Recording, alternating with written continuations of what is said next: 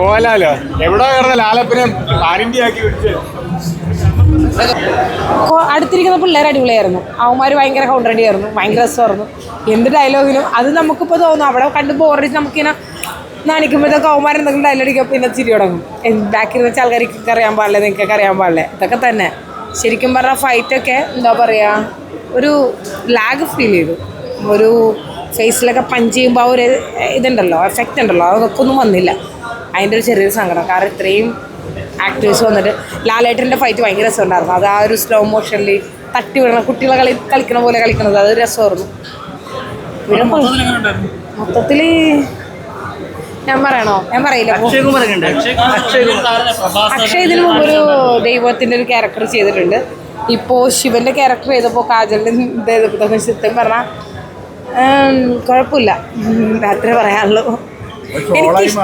എനിക്കിഷ്ടമുള്ളൊരു ശിവൻ്റെ ഒരു രൂപമുണ്ട്. ആ ഒരു രൂപത്തിൽ നിന്ന് മാറിയ ഒരു രൂപം കണ്ടപ്പോഴത്തേക്കും സത്യം പറഞ്ഞാൽ എൻ്റെ ശിവനിങ്ങനെയല്ല, സത്യം എൻ്റെ ശിവനിങ്ങനെയല്ല.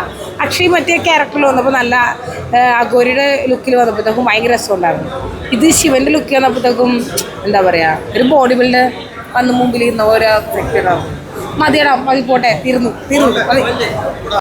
ഓ കണ്ണപ്പ എന്തുട്ടപ്പ ഈ പടം അങ്ങനെ പറയാം. കാരണം ഇതെന്തോ ഈ പടം പിടിച്ച ആളെന്ന് പറഞ്ഞാൽ വല്ല ശിവഭക്തനോ അങ്ങനെ കാര്യങ്ങൾ പുള്ളിയുടെ ഭക്തി കാട്ടാൻ വേണ്ടി പുള്ളി ചെയ്ത പടം ആയിരിക്കുള്ളൂ ഇതാണ്.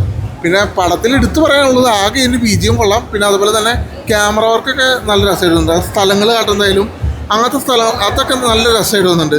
വേറെ ഒന്നും ഇല്ല പടത്തിൽ. പിന്നെ 3 മണിക്കൂർ നമുക്ക് AC കൊണ്ട് തിയേറ്ററിൽ ഇരിക്കാം. ആ ഒരു ഗുണം എനിക്ക് ഈ പടത്തിൽ നിന്ന് കിട്ടി. അല്ലാണ്ട് വേറെ ഒന്നുമില്ല. പിന്നെ ഇഷ്ടം പോലെ ആൾക്കാരുണ്ട്. പ്രഭാസ് അത് മോഹൻലാലിൽ ഇതിൽ ഫൈറ്റ് ചെയ്യാനുള്ള സംഭവമുണ്ട്. മറ്റേ അതിൽ നായകനായിട്ട് ഫൈറ്റ് ചെയ്യുന്ന സംഭവമുണ്ട്.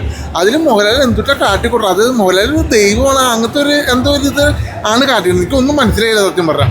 പിന്നെ എന്നിട്ട് പടം ഒന്നിനും കൊള്ളൂല. അത് വേണമെങ്കിൽ അത്രയും ഞാൻ പറയാം. അത്ര തന്നെ. അക്ഷയ് കുമാർ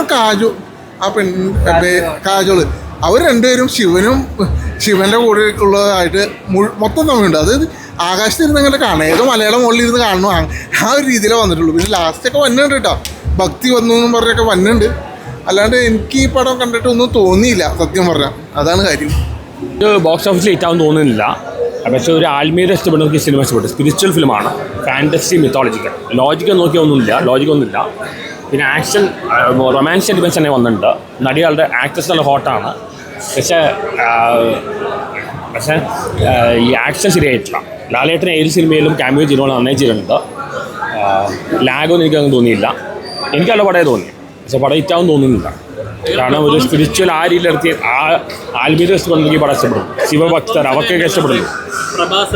പ്രഭാസ് നയിച്ചിട്ടുണ്ട്. പ്രഭാസ് അത്ര റോളില്ല. ലാലേട്ടൻ ചെറിയ റോളാണ് നന്നായി ചെയ്തിട്ടുണ്ട്. പടം ഓടുന്നെങ്കിൽ തോന്നുന്നില്ല, പക്ഷെ നല്ലൊരു ആത്മീയത ഇഷ്ടപ്പെടുന്നവർക്ക് ഇഷ്ടപ്പെടും. നമ്മൾ ലോജിക്കലായിട്ട് എത്തിച്ചവർക്കൊന്നും ഇഷ്ടപ്പെട്ടില്ല.